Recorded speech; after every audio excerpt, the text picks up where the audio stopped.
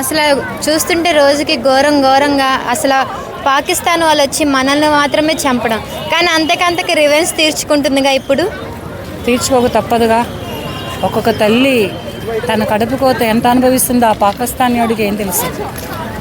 కట్టుకున్న భార్య ఎంత గుండె కోత అనుభవిస్తుందో ఆ పాకిస్తానీయుడికి ఏం తెలుసు.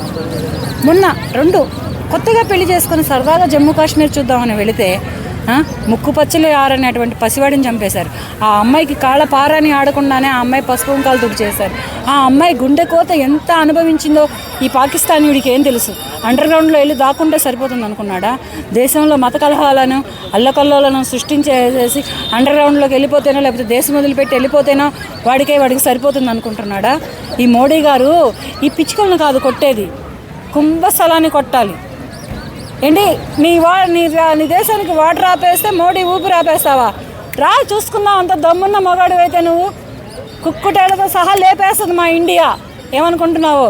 మా ఇండియాలో ప్రతి పౌరురాలు నీ మీద పంజా విసిరడం మొదలు పెడుతుంది.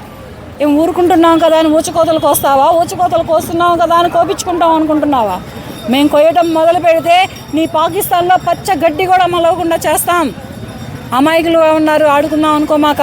మతాన్ని నువ్వు సృష్టించుకున్నావు, కులాన్ని నువ్వు సృష్టించుకున్నావు. దేవుడు ఒకటే ఇచ్చాడు, ఆడ మగ ఈ 2 జాతులనే ఇచ్చాడు, ఈ 2 కులాలనే ఇచ్చాడు. మతాన్ని అనేది నువ్వు సృష్టించుకున్నావు ఒక జిహాద్గా, మేము సృష్టించుకోలేదు. మాకందరూ ఒకటే.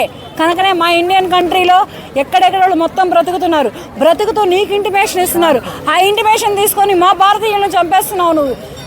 ఎంత ధైర్యం ఉంటే మా భారతీయుల మీదకి వస్తావు నువ్వు? మేము ఊరుకుంటున్నామనా? ఏమీ చేయలేని వాళ్ళమనా? చేస్తాం.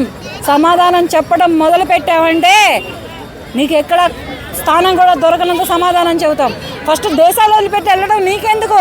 దమ్ముంటారా చూసుకుందాం. ఎక్కడో అండర్ గ్రౌండ్లో దాక్కోవడం కాదు, ఇండియా కంట్రీలోకి వచ్చి అడుగు పెట్టి చూడు. కత్తికొక కండగా మా పౌరులు నరకకపోతే చూసుకో. ఏమనుకోని అలా చేస్తున్నావు? ఎవరు అనుకోని అలా చేస్తున్నావు?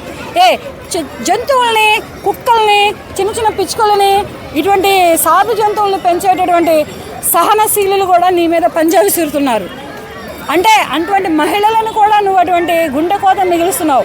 ఆ రోదనలు, ఆ బాధలు, ఆ రక్తపు సెలయేరులు చూసి ఎటువంటి కన్నీరు కారుస్తున్నారో మా ఇండియన్ మహిళలు నీకేం తెలుసు?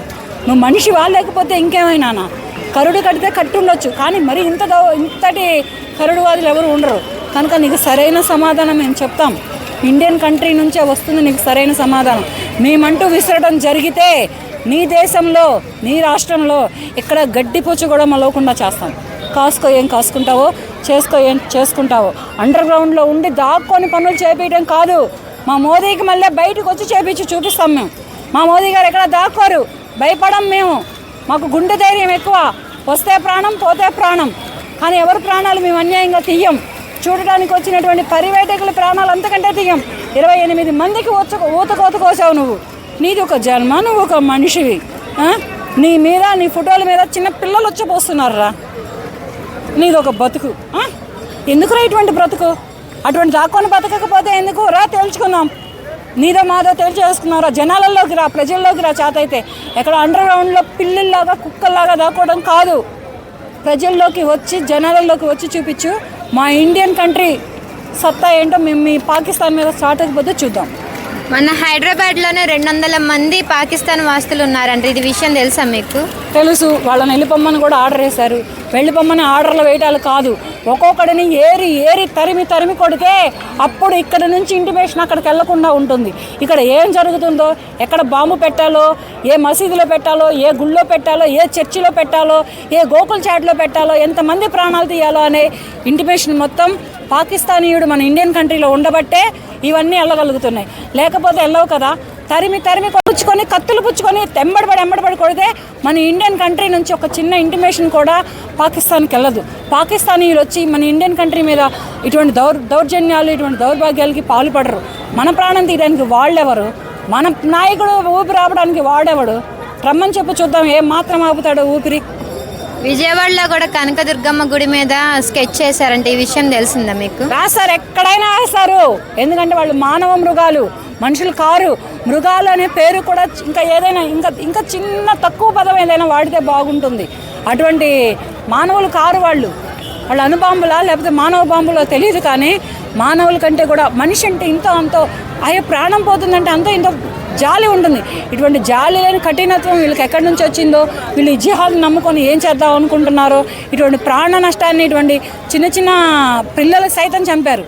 ఇటువంటి ప్రాణ నష్టాన్ని, ఇటువంటి కడుపు కోతనటువంటి గుండె కోతని మిగిల్చి వీడు ఏం మూట కట్టుకుందాం అనుకుంటున్నాడో ఆ పాకిస్తానీయుడికి మాకైతే అర్థం కావట్లేదు. కానీ మేమైతే మాత్రం వదిలిపెట్టాం. ఇప్పటికే మేము యుద్ధాన్ని ప్రకటించాం, యుద్ధం చేస్తున్నాము.